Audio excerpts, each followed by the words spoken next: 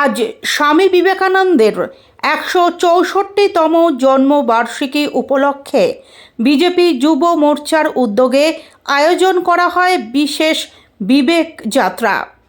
যুব সমাজের মধ্যে স্বামীজির আদর্শ ও ভাবধারাকে ছড়িয়ে দেওয়ার লক্ষ্যেই এই কর্মসূচির আয়োজন বলে জানানো হয় সংগঠনের তরফে। আজ সকাল 7টা নাগাদ কলকাতার সিমলা স্ট্রিটে অবস্থিত স্বামী বিবেকানন্দের মূর্তিতে মাল্যদান করে বিশেষ শ্রদ্ধার্ঘ্য অর্পণ করেন কেন্দ্রীয় প্রতিমন্ত্রী সুকান্ত মজুমদার। তার সঙ্গে উপস্থিত ছিলেন বিজেপির একাধিক শীর্ষস্থানীয় নেতা কর্মী ও যুব মোর্চার সদস্যরা। মঙ্গলারতির মধ্য দিয়ে শুভ সূচনা করেছি। বেদিক মন্ত্র পাঠ হয়েছে, কিছু সঙ্গীতের অনুষ্ঠান হয়েছে, প্রার্থনা ইত্যাদি হয়েছে। স্বামীজিকে কিছু অফারিং দেওয়া হয়েছে, ব্রেকফাস্ট ইত্যাদি। আর আমরা 9টায় শোভাযাত্রা শুরু করব।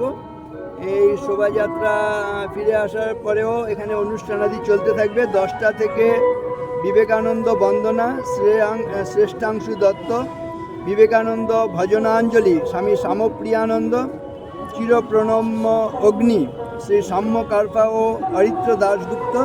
সেতার বাদনে থাকবেন 1টা থেকে সুজয় বসু, সঙ্গীতাঞ্জলি শ্রী শ্রমিক পাল, ভজন 3টে থেকে। নামগুলো বলতে হবে না মহারাজ। এই সমস্ত থাকবে। আর ধর্মসভা হবে 4:30 থেকে। ধর্মসভা বলুন, আর অন্য স্বামীজির জীবন এবং বাণী নিয়ে আলোচনা। এখানে এই আলোচনা বেদস্বরূপানন্দজি মহারাজ, স্বামী ধ্যানানন্দজি এরা থাকবেন। এটা 18 তারিখ পর্যন্ত অনুষ্ঠান চলবে। বিশেষ করে সন্ধ্যার দিকে মূল অনুষ্ঠানগুলো হবে। এর মধ্যে যুব সম্মেলন হবে, ভক্ত সম্মেলন হবে, এগুলো রয়েছে।